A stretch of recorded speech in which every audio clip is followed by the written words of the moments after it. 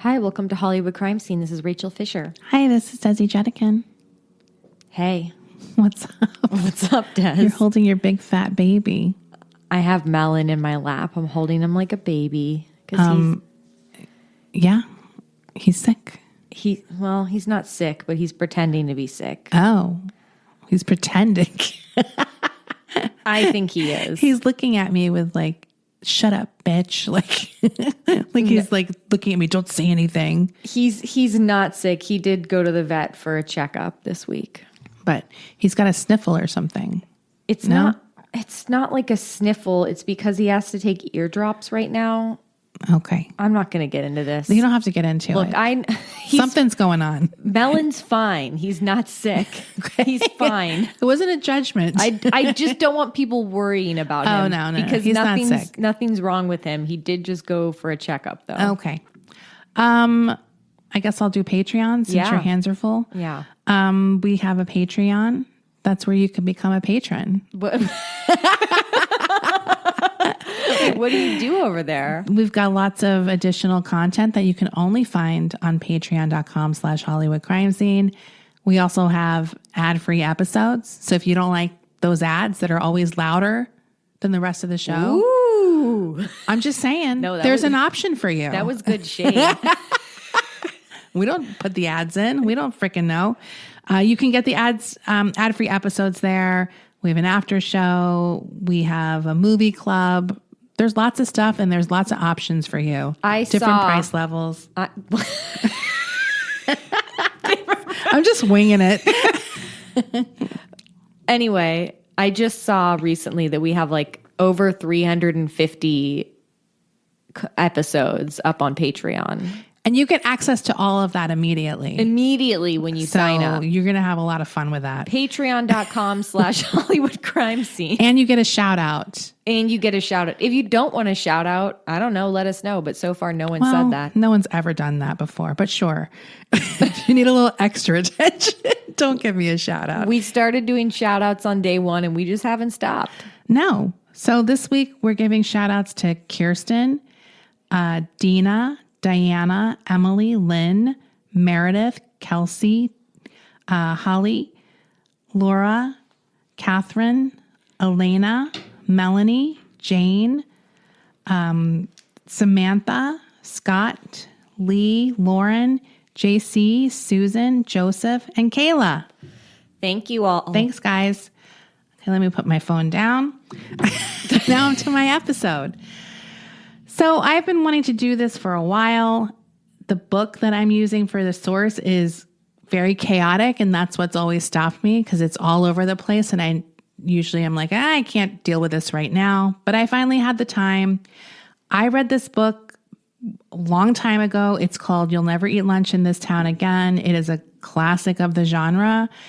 It's a Hollywood tell-all that gives you an inside peek into not only like the production of movies, but the whole world of being like in or out.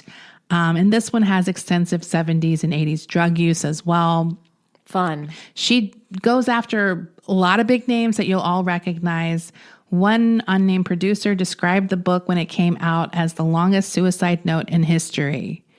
She really burns a lot of bridges in this book. And who is she? Her name is Julia Phillips. She is the writer, and she's quite a character. She is definitely, or was definitely, a woman in a man's world, which gives this whole deal a very unique point of view. The remarkable thing about it for me as well is the fact that she's such this huge character, and I had never heard of her until this book came out, despite the fact that she's very successful.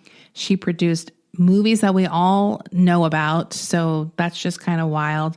And it gives you an idea of how all of these people who are behind the scenes and that we rarely see but are very powerful are just as interesting as the stars, and sometimes more so. Yeah. So many people asked when this book came out how she could remember so much because she was drugged out all the time. And she said, my answer to that is simple. I came from a really smart family. My brain has been trained since birth. I went to Mount Holyoke College. I did drugs that intensify, not numb. I mean, I did coke and amphetamines, and my life was a movie. I was amongst larger-than-life characters who were spouting very good lines. I didn't address myself to what I didn't remember. See, that's the problem with doing uppers. As a former upper user myself, you unfortunately remember it. Yeah. So that's good in this case. In my case, not so fun. Well, she has some fucked up things too, for sure. But yeah, it's definitely a double-edged sword, I guess. So this book came out in 1991. It's pretty much my only source. I did try to find other things, but this book is like not even on Kindle. What? Isn't that crazy? I had to find like a PDF of it because I couldn't get the book in time. But like, isn't that shocking? Because it's like, it was such a big book, and it's weird what gets Kindled and what doesn't. Yeah. But I thought for sure this one would be. So obviously this book was a huge bestseller. It was like a cultural phenomenon. Julia was on like every talk show, Donahue, whatever, you name it. She was everywhere when this book came out, and probably for a while afterwards, she was like the go-to source for like Hollywood. When they wanted someone who would tear things to shreds, they would go to Julia. Okay, so let's get to her life. Julia Phillips was born Julia Miller in 1944 to Tanya and Adolf Miller. They were a Polish Jewish family living in the Village before they moved to Brooklyn when Julia was 4. Her father worked on the Manhattan Project, and her mother was a stay-at-home mom and a wannabe writer. She never really was successful at it. Julia's mother was in misery living in Brooklyn. She fucking hated it because they had quite a little lifestyle going when they were in the Village. They hung out with like Betty Comden and Adolph Green, so they were running in those kind of more artsy, fun circles, but Brooklyn, nope. It was here that Julia's mother really started suffering, or she had some kind of undiagnosed mental illness. I don't know. It was never diagnosed, so we don't really know what it was, but it really came out in full force while they were in Brooklyn. She would be highly self-medicated for most of Julia's life, and she had wild mood swings, including long bouts of depression, where young Julia would just see her mom sobbing on the bed or on the sofa for seemingly no reason. When the father finally earns more money, the family leave Brooklyn, which they all hated, and move to Great Neck on Long Island. And there they enjoy a more upscale lifestyle. Julia becomes really popular. She has a nice little social life going, and she's just like going to rock and roll shows. She's trying marijuana for the first time, and she starts giving and getting head. Nice. So things are going great in Great Neck. The mom actually Great gets neck. Great Neck, baby. Let me get some bobbin on my head. So that's how that name of that town came to be. Duh. Very famously. So the mom kind of gets out of her depression because she really throws herself into politics, going door to door for Adlai Stevenson, who had no chance of beating the popular President Dwight Eisenhower. So she kind of throws herself into this lost cause and obviously ends up with a broken heart. And just as they're kind of settling into Great Neck, the dad gets a job that pays way more money, but the only problem is it's in Milwaukee. Fuck. So these are obviously, especially the mom is a snobby Easterner who had no plans to ever even visit the Midwest, much less live there. But they all agree to move and decide to be supportive of the dad's new job. Now, Julia has a cat. She has an orange, big, bald tomcat who is unneutered, and his name is Caesar, so they call him Julia's Caesar. Aww. He actually attacks her before they fly to Milwaukee, and she gets a huge infection that has to be treated with penicillin. Like her hand blows up. Damn. Obviously, she still loves this cat because she travels with him on the plane, and she's in real pain with this injury. So it's like throbbing the whole plane ride. And her cat, Caesar, glares at her the whole way while howling. Sounds like Melon. I know. I was like, I can appreciate someone who has a cat like this and still loves it with all of their heart. I mean, that's that's cat, being a cat lover. That's a cat ownership experience. So once she's in Milwaukee, Julia finds it easy to make friends again. She's actually surprised at how these kids are kind of even more wild than the ones in Great Neck. They're drinking a ton, and they're not just giving head, they're fucking.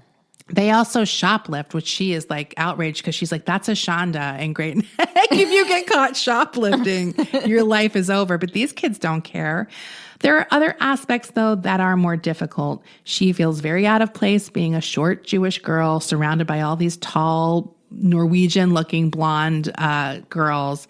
She even experiences her first brush with anti-Semitism when a guy she's hanging out with complains about his Jewish-looking nose and then turns to Julia and says, sorry. Oh, God. She quips back, what are you apologizing to me for? You're the one with the Jewish nose. So Julia has a sassy personality. She comes down with hepatitis in high school that might have been related to mono. It's a little unclear to me, and is obviously home for weeks with this illness. And she gets a really detailed look into her mom's life at this point. She describes Milwaukee as her mother's Waterloo, saying she is there she is faced with her most powerful enemy, herself. Her mom's day basically consists of smoking Camels, eating cheese and chocolate. That sounds pretty good. And a lot of prescription drugs. She's a pill popper. Mom is a pill popper. She also stays in her bathroom most of the day. And all of her internal dissatisfaction at this point begins to be projected onto Julia. She really is not kind to her daughter. She berates her daily. And one of these arguments leads to Julia smacking her mother hard in the face at some point. The dad is there and he sees this and he smacks Julia hard in the face. And this is not a family that typically had this kind of physical violence.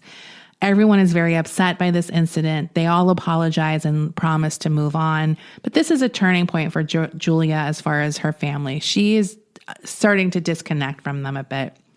She eventually gets out of the house to attend Mount Holyoke College, which is a liberal arts women's college in Massachusetts.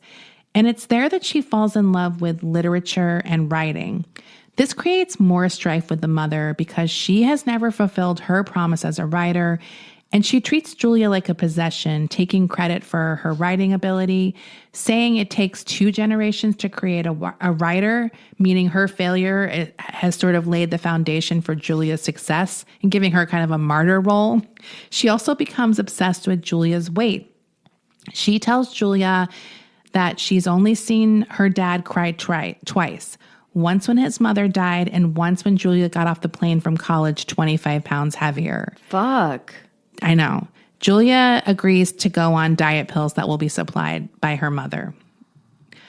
In 1964, Julia is filling in for another student to do dorm room chores when 2 tall and tanned guys walk in looking for a friend of hers. One of these guys is Michael Phillips. The boys both go to neighboring school Amherst. Even though Michael initially seems interested in her friend Chris, he and Julia soon began a hot and heavy affair. But things cool down when Julia begins to pressure him to get married, which she does pretty soon because some of her friends are already getting married. It's like the 60s. So she goes home after graduating. Her mom is in the New York Times, daily circling jobs for Julia in the publishing world. And she circles one day a job that is at McCall's magazine, and Julia gets her first gig at McCall's. She eventually moves to New York City and she tries to date, but she's still hung up on Michael. Then, according to her, 8 months, 17 days, and 3 hours since they last spoke, Michael calls Julia.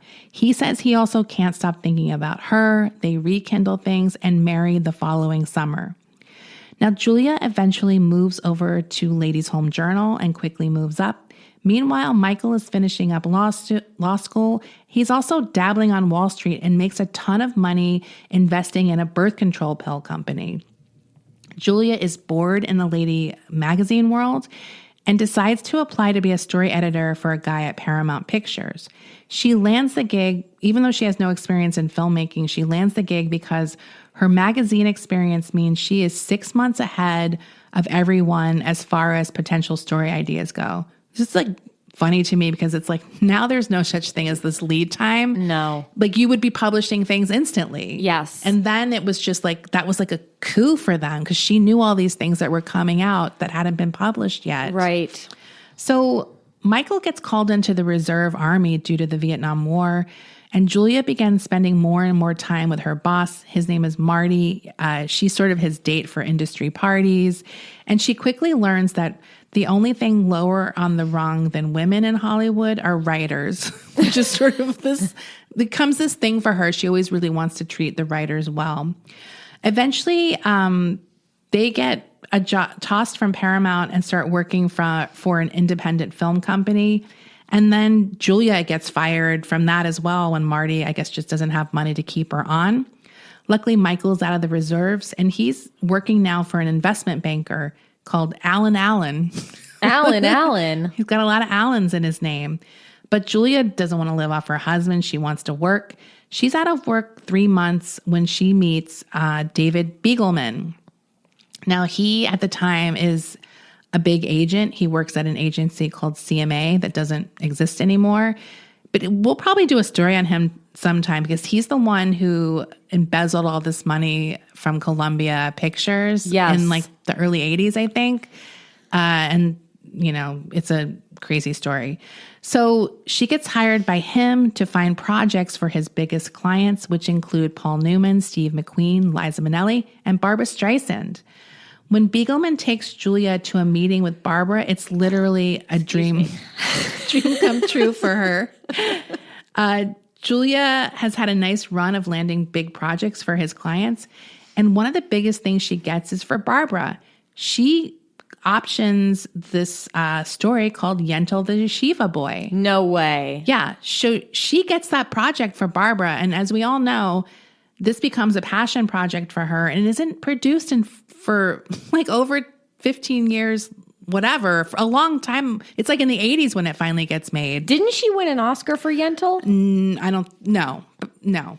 Maybe for a song or something. But Yentl's a big deal. Yentl is a huge deal. And like I said, this is Barbara's passion project. Yeah. For sure.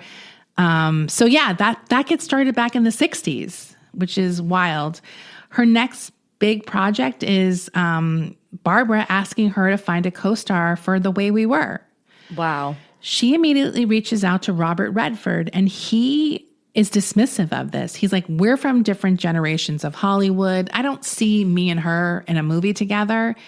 And she's like, look, you've only seen Funny Girl probably, which is a more old school Hollywood type movie. She's done a lot of things since then. He watches Alan the Pussycat. Then he calls her and he's like, I still don't see me and Barbara Streisand in a movie. Streisand? Yeah, because he thinks her performance is annoying and over the top in this movie. Robert. So, yeah. In the course of these negotiations with Robert, Julia meets producer Tony Bell, who is trying to package Redford with director George Roy Hill in a movie about barnstorming. This will eventually lead to a professional relationship that will change Julia's life forever. I guess we could take a break here. Okay. So one day, Tony Bell shows up to Julia's office with a tape of a writer named David Ward laying out the beats for his film idea with the working title, The Sting. Tony thinks it would be perfect for Paul Newman, but Julia's unsure about taking it to him, and she asks what else David has written. He just has one other screenplay called Steelyard Blues, and it's something he wrote in college. At some point, though, Julia has a light bulb go off, and she asks Tony if she and him and Michael should option the scripts themselves. This is something they've been talking about doing for a while, and they go ahead and pick up the options for both scripts for just $3,500. CMA, the agency where she's working, thinks it's just the boys going into business together, and they have no idea Julia is planning on striking out on her own as a producer. So first up is Steelyard Blues. This cast is set. It has Donald Sutherland, Peter Boyle, and Jane Fonda. And Jane and Donald are in the midst of an affair when this movie starts. They started this affair on the set of Clute. This ended Donald's second marriage, and he claims she made all the moves and he couldn't help it.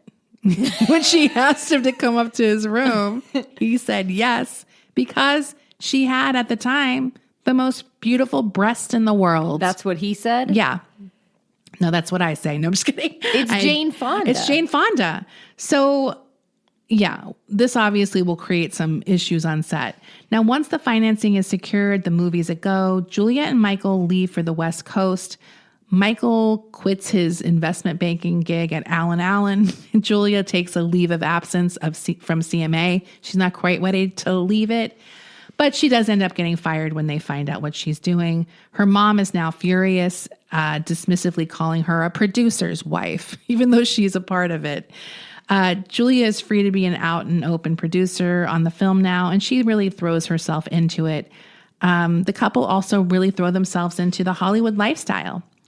They take their fee from Steelyard Blues and sign a 2-year lease for an oceanfront property in Troncos, which is in Malibu.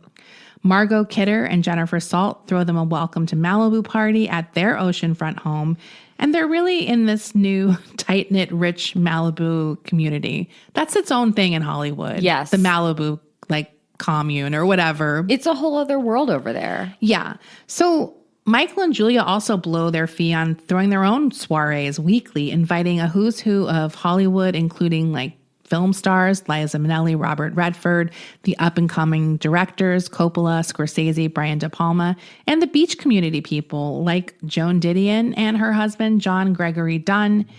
In the book, Julia says someone at a party once asked her, "I wonder what it's like to be the 400th greatest living writer married to the greatest." Such a mean thing, the 400th. Now, these parties are very booze and drug-filled, obviously. And one of the things they do when they get drunk is play that party game, The Killer. Do you know that game where you wink? Yeah. And you can't get caught winking? Wait, what's the one that I fucking hated as a kid where you scratch someone's hand?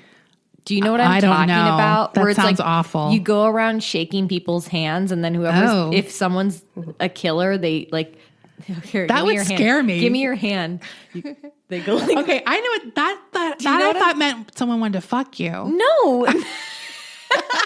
Well, I was playing the wrong game. No, but I always hated that game because that sensation of someone doing that sucks. It's so gross. It makes me get a chill. Me too. One person that was Julia... the most intimate thing we've ever done. Really, I know. It's that we can never be the same. Yeah. Remember the time? That's when it all changed. One person Julia doesn't hit it off with is Blythe Danner. Oh. She describes Blythe as the type of woman who is like, "Oh, you big, strong man. Could you do this for me? I don't know how." So while so far things seem very on the rise for the Phillipses, some stuff comes crashing down to earth when they see the dailies for Steelyard Blues. The movie is static. The comedy lands with a thud. The first screening for execs is a disaster. They eventually override director Alan Meyerson's cut. The new cut is improved, and that leads them to get some financing to film some more scenes in order to salvage the film, which is now not only releasable, but actually pretty good in their opinion. One thing that is not salvageable is Jane Fonda's performance, which she basically phones in due to the implosion of her affair with Donald Sutherland. She's so upset after watching a preview of the film that she stumbles leaving the screening and breaks her ankle and drops her panna cotta. Sorry. That's a deep cut. Julia said the problem with phoning in your performance is that one day you have to look at it. So now the movie is being distributed by Warner Brothers, and it is through this arrangement that Julia meets our old friend, Don Simpson. He is assigned to work with them on the film's release. At their first meeting, Don exclaims that he's a triple Scorpio. Dude, that's too much. That's too much. That is too much. And that explains a lot. That does explain a lot. Jesus. So Julia says she's kind of attracted to him because he looks like a sexist pig caveman. So you don't forget. You always know what you're going to expect. She's kind of this visual cue that's accurate. At all of their meetings, Julia is seen as Don's secretary when they go to these meetings. And they never correct it, but obviously it's very frustrating for her. Michael and Tony have moved on to pre-production on The Sting, and Julia's still wrapping up Steelyard Blues. She's instrumental in landing Robert Redford, who is now filming The Way We Were, for The Sting. So he's so grateful. He invites her to the set in Malibu while they're filming the last scenes of The Way We Were, those final scenes. And he proudly introduces Julia as his next producer. And Julia's like, that's my star. So it's like this real Hollywood experience for her. Don is really impressed with all of this stuff with Julia. This is like before he's big. Yeah. He's still on the lower levels. He reads the screenplay for The Sting and he is like blown away. Julia invites him to a dinner with Robert Redford. Also, like, that's just crazy for him. Robert asks Don how he likes the screenplay, and Don replies, "It's the perfect American movie, a dick love story." Because the two stars are Newman and Redford. Yeah. It's like a guy's movie, kind Totally. of, for sure. Robert actually tells him a story about how the producer on The Way We Were got a lighting director fired. He didn't want to do it. So he told Barbra Streisand that the way he lit her looked like she had a beard. And she complained, so the guy got fired. Oh, no. I know. That night, Don is really high off this dinner with a huge star. They go back to Julia's room for a nightcap and start making out. Even this is like before Don is a huge pig because he's apprehensive about it because Julia is married, but they like fool around. They don't fuck. And the next day, Don's no longer shy about sex with Julia. He starts telling Julia about what he likes, bending women over and fucking them in the ass. He also tells her that he's really into angry fucking. She's like, no thanks. They remain friends, but Julia's like, I'm not into angry fucking. Yeah. So I'm going to pass on that.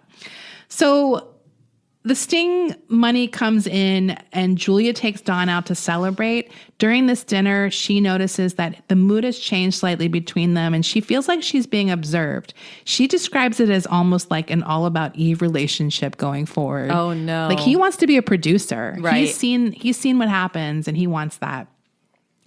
With all the money rolling in, Julia decides it's time to have a baby. Her doctor tells her after going off the pill that it will take about a year for her to get pregnant, which will work out great since she has so much work to do with The Sting and Steelyard Blues. But as luck would have it, she gets pregnant after just 1 month. She actually flips a coin to decide whether to keep the baby or not. So she first heads is for the baby, tails is abortion. She keeps getting heads 2 out of 3. And then she's like, well, 3 out of 5, but it keeps coming up heads. So she has the baby. Although initially they're hoping to have David Ward, the writer, direct The Sting, there's no way a first-time director is going to happen. And the producers are like, we want Scorsese or Paul Schrader. And Julia refers to them, including Spielberg, as a rogues gallery of nerds, which I don't know why I find very funny. But the director is the least of their problems at this point. So initially they have Dick Zanuck and David Brown. They have a production deal with Universal. They're sort of lined up to be the studio backing The Sting. When they reject the idea of David Ward, the Phillipses and Tony Bill, they're like, well, let's see what else is available. They kind of get the blessing from Zanuck and Brown, and they start looking for another place. MGM and David Melnick are really interested, but no one at that time wants to work with MGM. MGM ends up offering them so much money, though, that they kind of unofficially agree to let MGM release the picture and produce the picture. But no one really leaves that meeting feeling good. Except for David Melnick. He almost immediately calls Robert Redford in Sundance, then tells Julia that Robert is thrilled to be working with MGM. But soon after, Redford calls Julia furious and saying he's out if MGM is the producer. Zanuck is also feeling rejected, even though he gave them the blessing. He didn't think they would go somewhere else, so he's really upset about it. Zanuck and Brown and Lou Wasserman, who has Universal, are now thinking of suing the producing, like the couple and Tony Bell. And Lou Wasserman even says, I'm going to make sure they never work in this town again. Dick Zanuck, though, is determined to make the deal happen, and all parties meet up to kind of settle things. They have this all-day meeting, and they get George Roy Hill on to direct. They figure out all the points and credits, the fees, etc., and the deal is done. Melnick is desperate at this point to land the film still, and he's like, I'll let David Ward have the director's job if you go with MGM, but it's too late. David's response when someone asked him how he felt about not getting the film was, I don't get mad. What? Why are you laughing? Dick Xanax. I keep saying Dick. Dick Xanax. Did I say Xanax? No, Oh. That's how my head felt. Oh my God. I'm so sorry. No, I want that pill. For when your dick is too stressed. Your dick is stressed. Maybe it needs a little Xanax. It's not ED. Your dick's stressed. I bet you that's a thing. I'm so sorry, It's fine. I was like, what did I do? No, you didn't do It's totally my fault. So at this point, the Phillipses and Tony Bill have pissed off MGM and the company that they went with. Universal hates them too. Production starts, and they also land a key role, an actor for another key role, Robert Shaw, who we all know played Quint in Jaws, one of the greatest performances of all time, in my opinion. Yeah. So The Sting. If you don't know this movie, it is a 1973 movie. It's set in 1936. It's a caper film. It has a plot about two grifters played by Paul Newman and Robert Redford, and they're conning a mob boss played by Robert Shaw. It's also very famous because it has da-da-da-da-da-da-da. The Entertainer. Oh, that's not how it goes. Da-da-da-da-da-da-da-da. No, Da-da-da-da-da-da. That's not The Entertainer? That's what I'm doing. This is going to sound so stupid to everyone listening. We all know what The Entertainer is. That's literally what I just did. Yours was slightly... Oh my God. Okay, do you know that I used to be able to play that on the piano, the full song? Really? But everyone kind of knows how to play that one. No. I learned the full song when I was a kid because I did take piano lessons as a child. And that is like one of my greatest regrets is that I just stopped taking piano lessons. Because like I would sit down and bang that fucking song out. And then the da-da-da-da-da-da. That's a lot of parts. Everybody loves that song. Well, the funny thing is, I think that's all I knew about The Sting was that song. And it was like, I was like, I'm not watching that oldie time movie. It seemed real. You don't think there's a lot of movies from the 70s that are like real oldie timey settings? Yes. Yeah. Anyway, I have never seen it, but maybe I'll watch it because I didn't know Robert Shaw was in it. So they add, so they start pissing off Tony Bill as well. They, in sort of defense of David Ward, the writer, they're like, he should get more money too. We got more money, and which is a nice thing. But Tony Bill did not want to give the writer more money. They were like, whoop, we paid him his fee. He doesn't get more. That's it. And then they also, at this point, they're splitting things 50-50 between the couple and Tony Bill. And they're like, going forward, we want to do thirds. Yeah. Which makes sense. Midway through the filming, they dissolve their partnership because of these squabbles. Once the film is complete, they go on to like creating a marketing plan. And this is a very interesting period in movies. Things are really in this like wild flux. Like Jaws has a summer blockbuster. So there's like this new way of marketing these blockbusters. There's also movies like The Godfather and Love Story that prove the value of doing a limited release and getting audience reaction to then build on and create like this huge buzz and have a longer lasting box office draw. So they kind of wanted something like that, but the executives were like, this movie is not going to be a big hit. Yeah. They didn't want to go all out on it, but Julia was convinced it was going to be critically and commercially successful. She considered this another example of how small-minded executives were. And in her heart, she's like, I'm going to dream big, and I think this movie is going to be a huge success. Now, she's pregnant during a lot of this, and she's really starting to feel excluded. A lot of people are treating her like not as much involved because they're like, oh, she's having a baby, so she's planning on leaving the business to become a mom. This obviously infuriates her and gives her even more drive to succeed making more great films after The Sting. After having her daughter Kate, Julia is reading The New Yorker and comes across a book review that piques her interest. It's called Fear of Flying by Erica Jong. She gets a copy of the book and immediately wants to meet Erica. This book is already getting a lot of attention, so she acts fast to kind of nail down the option for this book and will go on trying to produce it. She also gets her former boss, David Beagleman, now at Columbia, on board with another project she has in the works with Steven Spielberg. She pitches it to him as being about UFOs and Watergate. And she lies her way through the meeting saying they have this whole script and da-da-da-da-da, but nothing has been finalized. She kind of lies, gets Beagleman on board, and she's like, we'll get it together. I just know we will. This movie will be Close Encounters of the Third Kind. So she speaks of the irony that her and Michael are considered the linchpins of making this deal because they're connecting all the people together to get Close Encounters made. When the reality is Steven Spielberg is clearly the most important part, but it's just not seen that way at the time. They closed the deal with Beagleman, agreeing to a $2.8 million budget. And she's like, yeah, you say anything to close the deal. This movie will obviously go over budget. So The Sting is released on Christmas Day 1973 to critical and box office success. But what should be the best time of her life is feeling very hollow. Julia wants out of her marriage. Michael senses it, and he describes Julia as a balloon with him as the knot. And if the knot is gone, the balloon will just go around the room, finally collapsing on the floor. Julia agrees, but not in the same way Michael says. She says, yes, Michael is the knot, and it's so tight that I feel like I can't breathe. In February of 1974, The Sting is nominated for 10 Academy Awards, including Best Picture.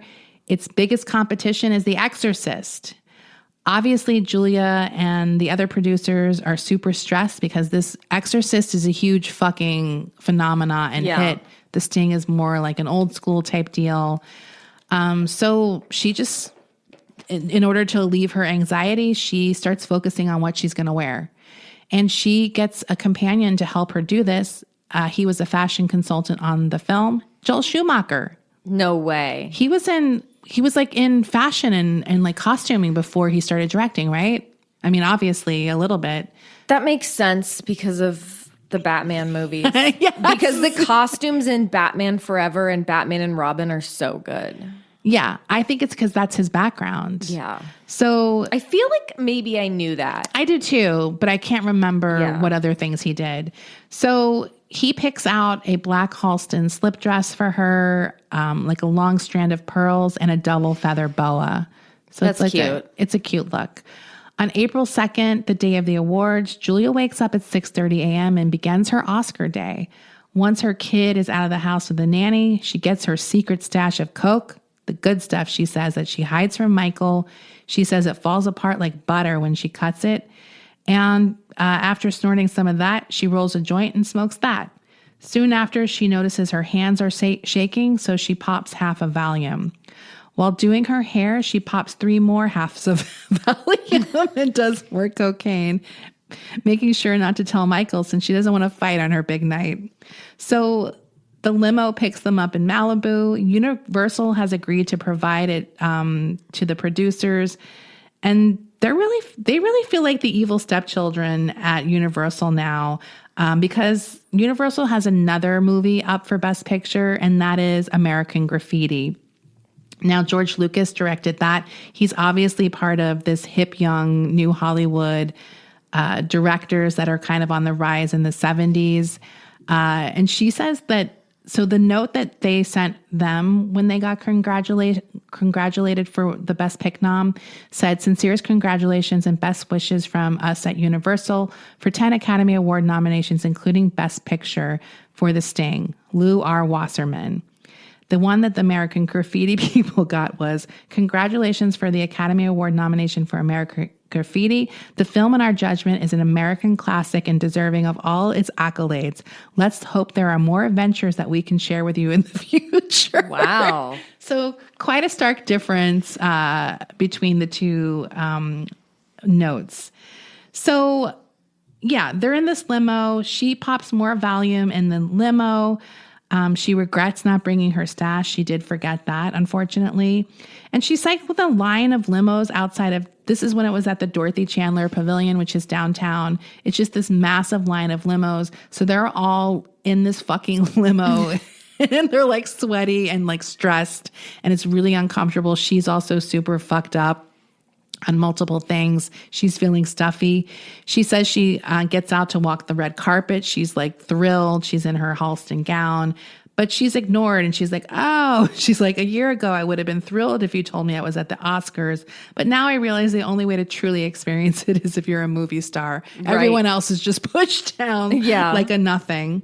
So she sits down for what she describes as the longest hours of her life, only made bearable by her perfect Oscar cocktail that she will use in the future, a diet pill, cocaine, 2 joints, 6 half Valiums, and a glass and a half of wine.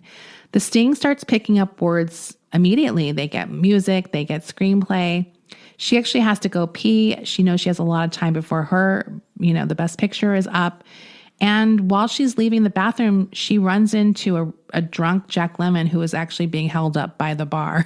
He's nominated, by the way. So she kind of hangs out with him.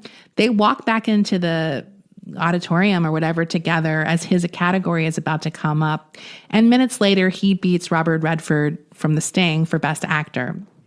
She admits being glad Redford didn't win the award because she was petty. He didn't ask her to accept it for him. I get it. George Roy Hill wins Best Director, and Julia notices that William Friedkin's face is twisted with hate. He directed The Exorcist, which didn't win. Elizabeth Taylor then comes on to present Best Picture. Okay, so she is introduced by David Niven. This is an infamous Oscar moment.